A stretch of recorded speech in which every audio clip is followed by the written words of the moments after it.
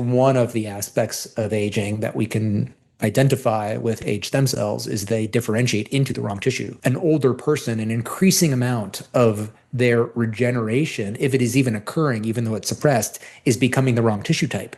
And so that's why we see an older person with the phenotypic expression of like stiff, less fluid muscles and movement. Some of the goals of the product is actually to quiet down inflammation.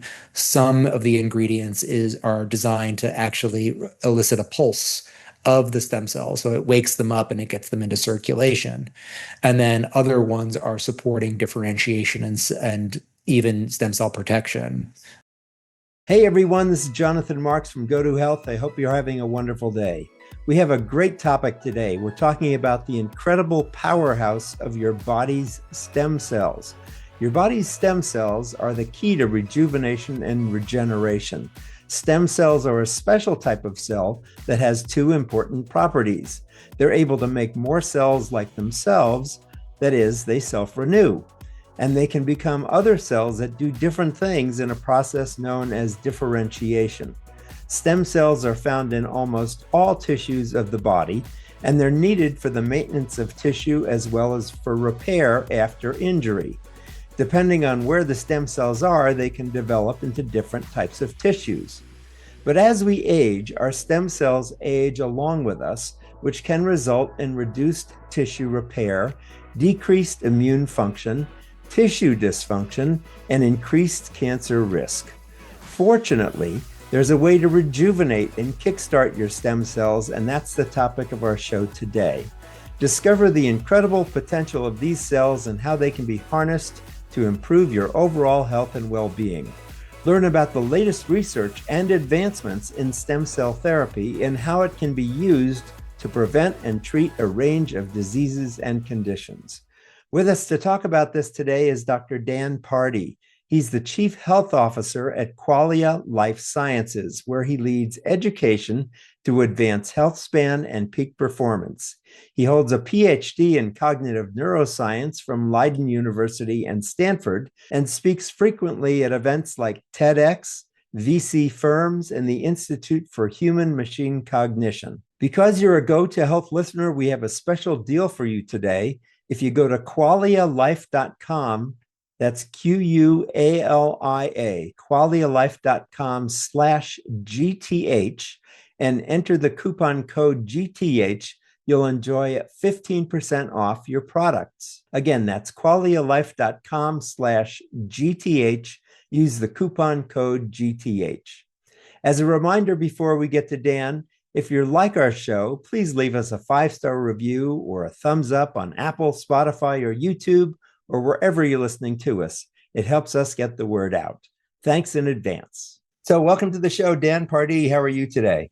I'm great. Thank you so much for having me, Jonathan. It's a pleasure to be here. Good. I'm glad to have you here. So tell us, what exactly are stem cells and why are they so vital for healthy aging? Yes, it's a really phenomenal topic. They're core to our repair system of the body, and they're getting a lot of attention now because we are finally at a place where we can intervene. At least there's evidence for this in a way that might shift our health, repair injuries in some cases, and even some things that are quite futuristic in terms of what might be possible with them. And of course, what we do at Qualia as a supplement company, we're looking to see if there are nutraceutical compounds that might support stem cell health. So that's the kind of overall overarching idea of what they're about. But yes, they are a fundamental part of how our body repairs itself. We live on average around 80 years, at least in the United States, before that started to decline slightly recently. But not all of our cells that make up the 37 trillion fleet of cells that comprise us last our entire life. And so when those cells get burned out due to a variety of reasons, then they need to be replaced with functional tissue. And that is the primary goal of what our stem cells do. Wow, that's pretty amazing. And they just occur naturally in the body? Yeah. Yes, we have niches or pools of different types of stem cells. And so fundamentally what a stem cell will do is an analogy that I really like because it helped me even grasp them is think of a mold like a lump of clay. And that lump of wet clay you can mold into a plate or a dish or a bowl. Hmm. But once it becomes that thing and hardens, then the fate of whatever that original lump of clay becomes is locked in. Hmm. And just like that with cells, stem cells have a degree of potency, which means they can become different types of tissues. So we have a totipotent or pluripotent stem cell, and those can become a wide variety of different types of tissues in the body, all the way down to a multipotent. It can become several different types of tissues in the body, or even down to a unipotent stem cell, which only becomes one different type of tissue. So, for example, a muscle satellite cell is a type of stem cell or progenitor cell, and that will only become a muscle fiber. Got it. So that's generally how they work. We have pools throughout the body. There's probably maybe 15 different types of stem cells that are around our body, and they're mostly in a dormant state. Mm. They think of them like a hibernating bear. And in fact, that's very important for their health. They are considered some of the longest living cells in the body. And in fact, another name for them is forever cells. Mm. And one of the reasons why is because they, better than any other cell in the body, they do a fastidious job with maintaining protein balance. Part of that has to do with the fact that because they're dormant for most of their lives, they limit production of proteins because they're in this very quiet metabolic state. But they also have quite aggressive protein folding. There are chaperones, which are types of little, imagine these like little helpers that are in a cell. And for a protein to work, it's like a key fitting into a lock. And if that key gets a nick on it or bends, it can't do its job. And so what chaperone proteins do is that they will actually magnetically bind to parts of the protein that are off and help it back into conformation so it is effective again. Mm. Or if it's broken down enough, they will deliver it to the lysosome where that protein is incinerated into amino acids, and then those amino acids can be built back up again. But they have very, very strong protein folding support in themselves. And they also, part of that cleanup process, they also aggressively clean up through the process of autophagy. So that is one of the reasons why they can stay alive for so long, is that they do these things better than most other cells in the body. You're really describing a factory within our bodies, aren't you? That's a really great way to put it because, you know, what another quite unique feature to them is that they have a very wide range of protein making capability. So on one hand, stem cells can become red blood cells, Hmm. and those are basically bags of oxygen. There's hardly any proteins in them. On the other hand, you have plasma cells, and they're turning out immune cells constantly. And so they have a very high demand of the different types of proteins that they're making. So just within this one system, you have a extraordinary range of protein making capability. Hmm. Now, do our bodies age? Do our stem cells age as well? Yes, that's a great question. And yes, they do. So one of the hallmarks of aging, and just a quick review of what that means. So back in 2013, one of the most popular papers in the journal Cell was published called The Hallmarks of Aging by 5 different researchers. So 2 of the most famous on them is Guido Kromer and then Carlos Opez-Lowton. And those 2 published on this idea of a hallmark of aging, which is a reliable characteristic that you see in the aging process, not just in humans, although the paper was focused on mammalian physiology, but also in other species as well that are non-mammalian. And so sometimes those hallmarks of aging are misperceived as the causes of aging. The cause of aging might be upstream of that, but they are reliable consequences of the aging process. And to answer your question, stem cell exhaustion is one of those original 9 hallmarks of aging. Hmm. So that, yes, they undergo problems that are specific that then basically disrupt the function of your stem cells doing what they want to do and replacing tissue. So when they age, I'm assuming that reduces their repair capacity, correct?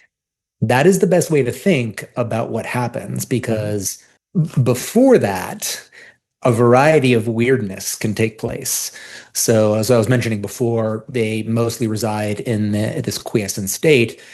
But when a stem cell ages, they will, from that resting state, one of the characteristics of an aged stem cell is that some of the stem cells will go into very deep sleep.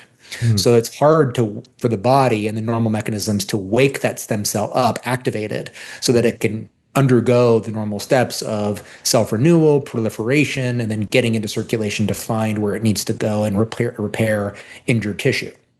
So if you can't wake it up, then it's like that stem cell is not even there. Right. But that's not the only thing that happens. What also can happen with aging is that the stem cells are too arousable with aging as well. And so now they are being released into circulation too much. There are cases where the amount of stem cells are ninefold what you see compared to a younger person. So think of it like a Goldilocks principle, that when we get older and health is degraded, it's not just that we make less. Sometimes we can't stimulate them. Sometimes they're overly stimulated, which leads to exhaustion. Either way, we have deviated from proper homeostasis with stem cells, and the end result is, at least in this one characteristic of stem cells, is reduced repair. So what kind of symptoms does a person feel or be aware of when their stem cells aren't working properly? Yeah, this is, while not entirely the result of stem cells, all sorts of aspects of aging will have, in part, limited stem cell capability, if you will, as a part of those symptoms that we can both experience or then we can observe. So, for example, we might see sagging skin as collagenous cells are not getting replaced. So think of it when you're younger, if a cell is damaged, there is a net zero effect in terms of the replacement of tissue. You damage some tissue and you replace it. And we can all see that in the remarkable regenerative capacity of a young person. When you get older, the damage that is taking place is not replaced with the same degree of fidelity. And so you can see graying hair and sagging skin. You can have metabolic disturbances. Almost all aspects that we can identify as a part of the aging process, both things that we can feel or things that we can't feel, but we can observe through, let's say, a clinical marker of some sort. All those phenotypic characteristics have stem cells as a part of that process. So that is, it's a major consequence. And one of the reasons why this is so exciting is because if we can actually replace our damaged tissue, we can find ways to do that in a meaningful way, then we're really preserving youthful function longer and even youthful appearance. And of course, we're interested in both of those. When you talk about metabolic changes, give me some more detail about that so we understand what's included in that. Yeah, sure. So trying to think about, what do we see? We see that there's issues with insulin sensitivity or glucose tolerance. And all parts of that has, for really a fundamental aspect of what health is the body's ability to maintain its full function. And you can specify that down to very proximal components of the overall working system. And so when parts of a mechanism start to not be replaced at full fidelity, let's say you are only replacing back 90%, 95% of what that function was previously, you will eventually experience a decline. Now, there are compensatory mechanisms at first that mask some of the degradation that does occur, but eventually that will catch up with you and you will start to see things like having a harder time with glucose balance, having a hard time maintaining, seeing HbA1c rise. So there's all, which for a person who's listening, and if they're not familiar with that, that's hemoglobin A1c. It's a way to measure your average glucose levels over a 2 to 4 month stretch of time. Right. And so what's happening is those hemoglobin cells are getting glycated, and if it's reflecting your average level of blood glucose. And so that is, whether it is a reduction in insulin's capacity to handle the glucose in the system, whether it's cells' ability to take it in from the bloodstream and into the tissues and be used effectively, right? There's all sorts of ways in which that system is going to degrade. And of course, replacing tissues is going to be a component of that too.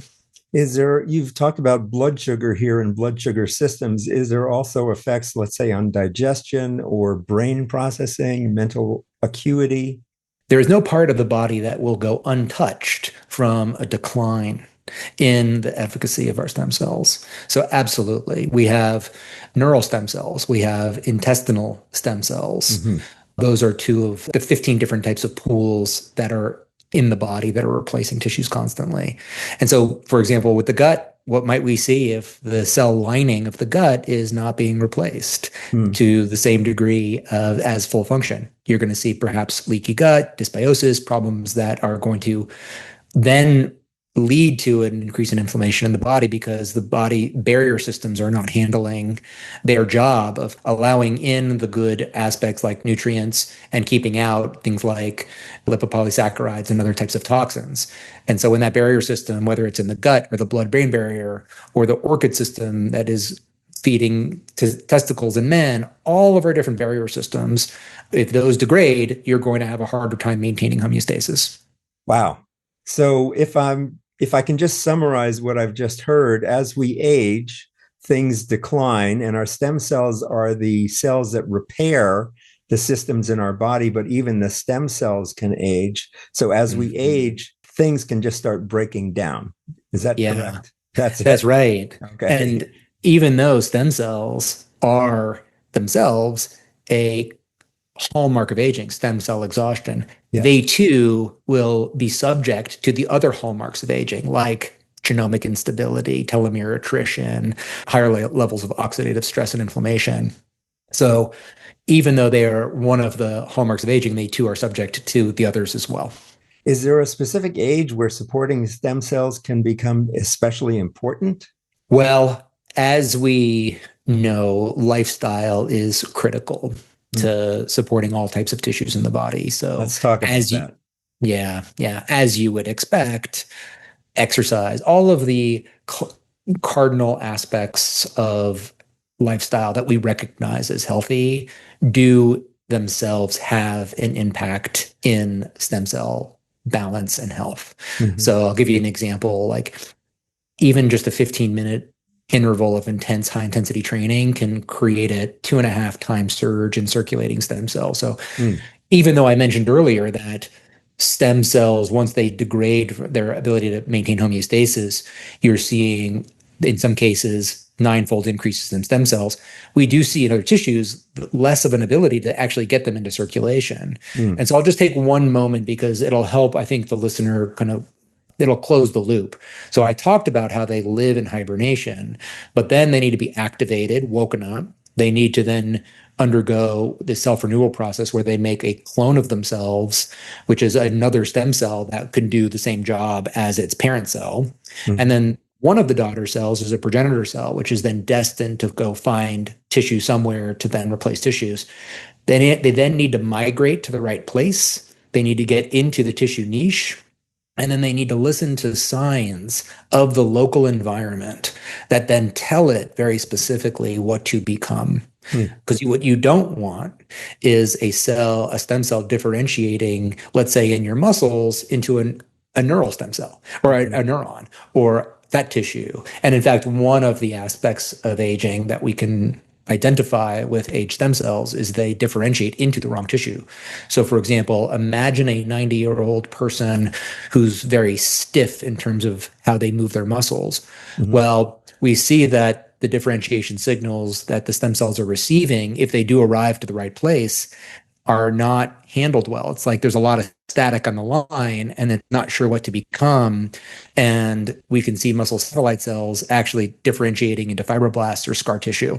And so now an older person, an increasing amount of their regeneration, if it is even occurring, even though it's suppressed, is becoming the wrong tissue type. And so that's why we see an older person with the phenotypic expression of like stiff, less fluid muscles and movement. Interesting. This is just fascinating. This whole factory situation going on in our bodies, and isn't it great? These stem cells repair what's going on. And what's so amazing is, as you're describing, is they go to certain places in the body and they look to see what they should become. It's quite incredible. That whole process is absolutely fascinating to me, and we don't have time to discuss it, but basically they're listening to ancient signals. So if we go back, a 15-second explanation is what we all come from a time when at some point there were just individual cells. And about 600 to 800 million years ago, cells started to come together and form fleets or multicellularity. And it is around that time where organisms formed and became and differentiated. So not all of the cells were doing all the same things. They started to take on different tasks. It was a division of labor, if you will. And in that process of doing that, the cells had to listen to signals that helped it become something that was actually functioning in a specific way. And so the signals that we receive today of our stem cells are ancient signals that have funny names like hedgehog and wint and notch.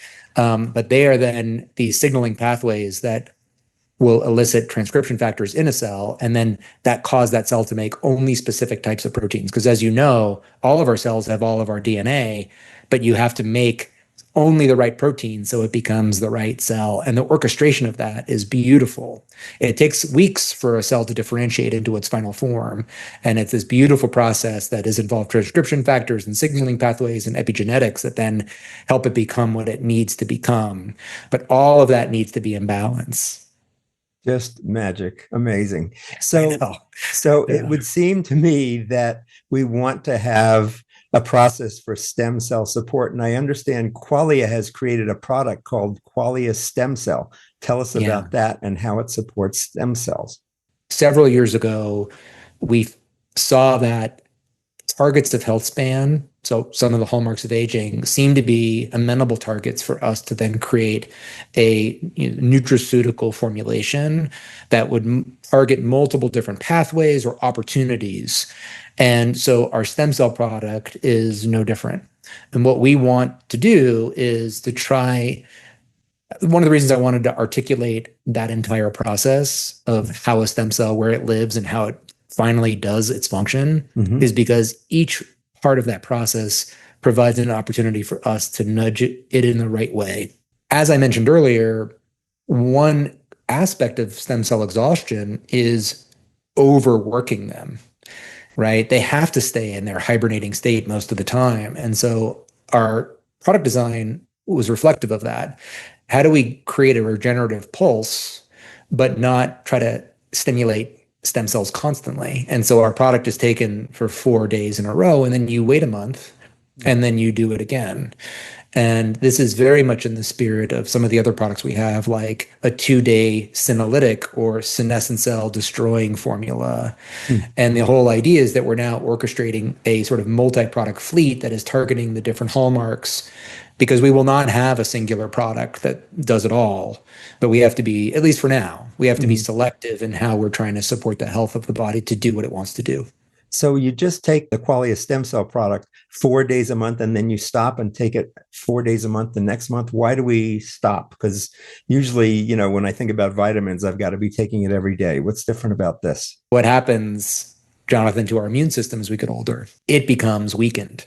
And so now we have the beacon, but not the cleanup system. And so the inflammation rises in the body, and a high burden of senescent cells contributes to that. And so what we want to do is do this pulse of these different flavonoids, different types of nutraceutical products that get in there and create this synthetic lethality that target multiple pathways and help them actually pass on and die. And so we do that. We try to reduce the inflammation by killing out senescent cells. We wait a couple of days because guess what one of the factors is that impairs and interferes with normal stem cell function? Inflammation. Right. I was just going to say, yes, inflammation is the big enemy here. It's the big enemy. So we have 15 different ingredients. Several of them are phenolic and polyphenolic compounds. And I'll just give you one example of how those work. So we know that those types of compounds, like you can find in really high-grade olive oil, those will help to inhibit the master regulator of inflammation in the body, which is nuclear factor kappa beta.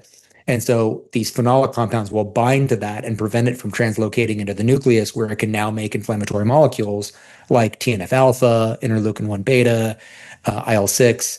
And so by some of the goals of the product is actually to quiet down inflammation. Some of the ingredients are designed to actually elicit a pulse of the stem cells. So it wakes them up and it gets them into circulation. And then other ones are supporting differentiation and even stem cell protection. I didn't mention this earlier, but another component or characteristic of an aged stem cell is that they become weak.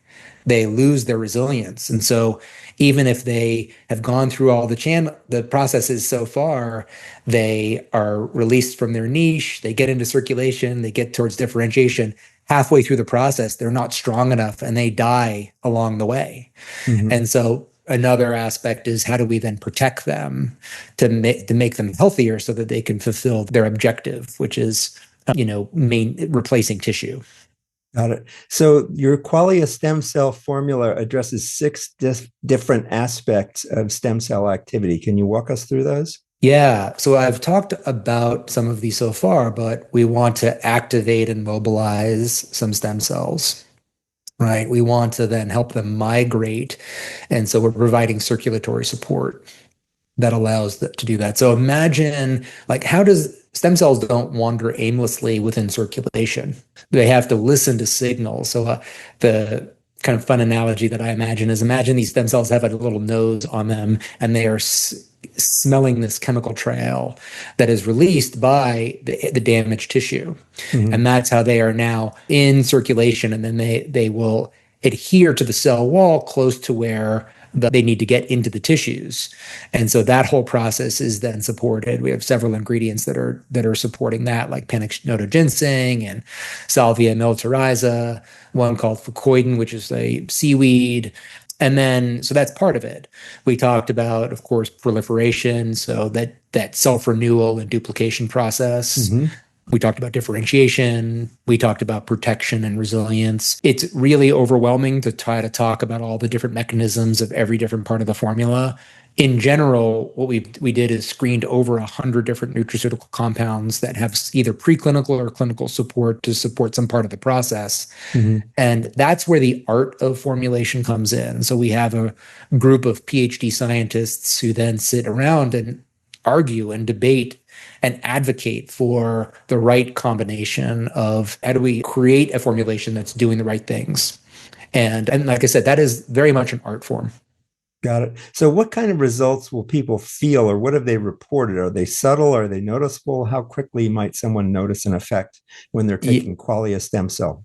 Yeah, that's a really great question. So one thing that I'm quite proud of is, one of the reasons I was interested in joining the company is Qualia has received a Science and Innovation Award from the Nutrition Business Journal because we do test all of our products. The supplement space is different than the pharmaceutical space in a lot of ways. Pharmaceuticals have very large billion-dollar budgets mm-hmm. that will walk through very large studies that oftentimes will take a synthetic compound and try to prove both safety and efficacy over a stretch of time, which then they can, if it gets FDA approval, receive monopoly profits if they're the only player in that space. Mm-hmm. The same degree of a burden in terms of what's the research is, you don't see that in the supplement space. People can put together anything they want and put it out there into the world. And so what we wanted to do is say, okay, how do we do a good job? We put a lot of thought and we used a lot of science in creation, but now can we test it? So we usually start with something that is very simple, and I'll call it, lower confidence studies, which is a questionnaire, but also very important. Do you feel this? So for example, right now we have a pilot study, which was 4 weeks and 29 men and women with an age range of about 40 to 70. And we did an initial questionnaire, had the group of participants then take the product for 4 days in a row.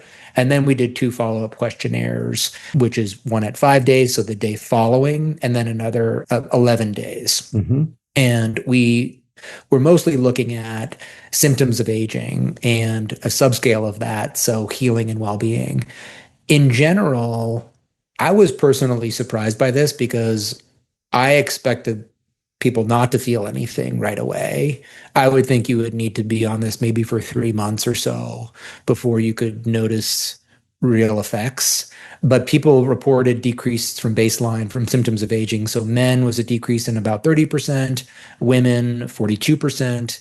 Healing and well-being was generally, the results were around a 30% improvement in things like healing and regeneration, improved well-being, joint function, mental focus and clarity. So really across the board. And it was also rated favorably by a lot of folks. For products that have been in the market longer, we'll then do a more sophisticated controlled study. So either single blind, then moving into double blind studies. So we have, for example, our NAD product has 4 studies on it, 2 double blind. And that's how we essentially go about how we do what we do. That's where we're at now. The product is new, so we have good pilot study data, but we also have done an omics study. So we tend to try to marry, do people perceive an effect? And then secondarily, is there some sort of objective measurement that we can look at that shows that things are changing? So what people were reporting was that the symptoms of aging had decreased. So this is part of the survey. So part of that was like healing and well-being. So healing and rejuvenation, improved well-being, mental focus and clarity, joint and muscle function and fluidity. We were seeing somewhere, I would say on average across all of those, about a 30% response after the first dose of it. Wow. And the first trial, if you will. Right, which is the first 4-day dosage. Yes, and that surprised me. But the way that this product is designed to be taken is that your need to support stem cells is going to continue in perpetuity. And so that you would do this once a month forever is the idea. Got it. So let me tell people where they can go to learn more, and we can give you a discount too. You can go to qualialife.com. That's QUALIA, qualialife.com/GTH for GoToHealth. Qualia.com/GTH.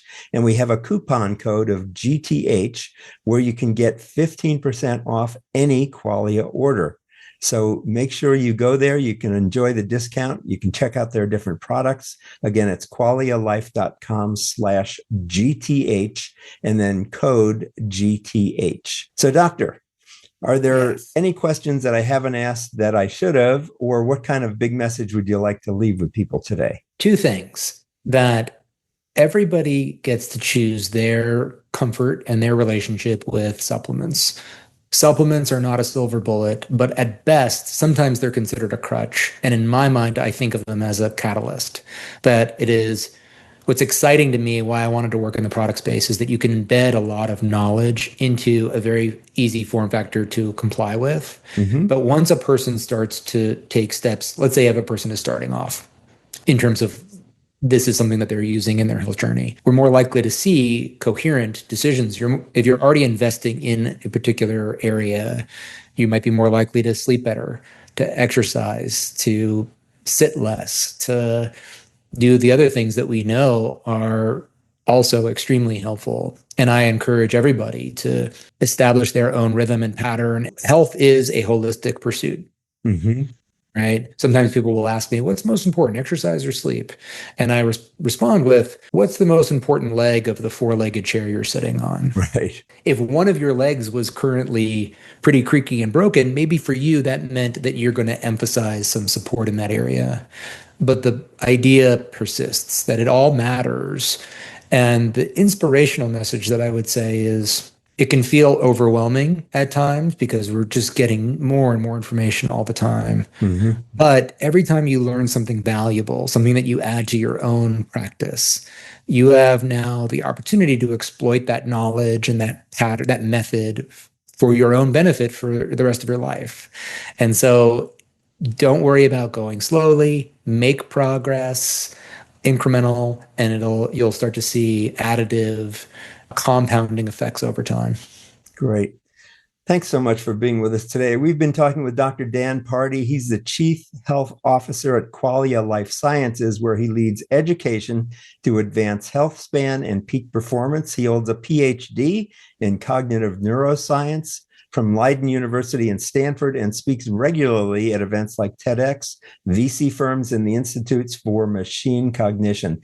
Dan has advised military elite units, Fortune 500 companies, and startups through his consultancy, Vivendi Health. Dan, it's been great having you today. I really appreciate the opportunity to come chat with you, Jonathan. And like I mentioned to you when we first said hello, I really appreciate the work you're doing. I'm going to continue to follow you and thank you. It's an honor to be on this same crusade with you to help people, optimize their health. Great. Good. Thanks so much. And remember, folks, you can get a 15% discount on Qualia products when you go to qualialife.com/GTH. That's for GoToHealth. The coupon code is GTH, and you'll get 15% off any Qualia order. So this has been a wonderful interview. I've learned so much about stem cells and the factories and the repair that are constantly going on in our body and our need to keep them healthy. This has been Jonathan Marx with GoToHealth. And as we say at the end of every show, go to health. God bless. We'll see you again next time. Take care. Thank you for tuning in today to Go to Health. You are one of almost 10,000 people per day who enjoy the evidence-based health information offered by our guest health experts. You can watch us on our website and YouTube and listen to us on 8 podcast networks. Be sure to join Jonathan Marx in our upcoming shows each week. If you like our show, please share this episode with your friends and colleagues.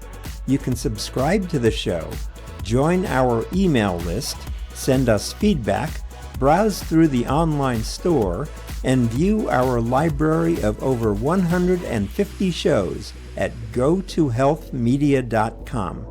See you next time, and remember to elevate your life with Go to Health.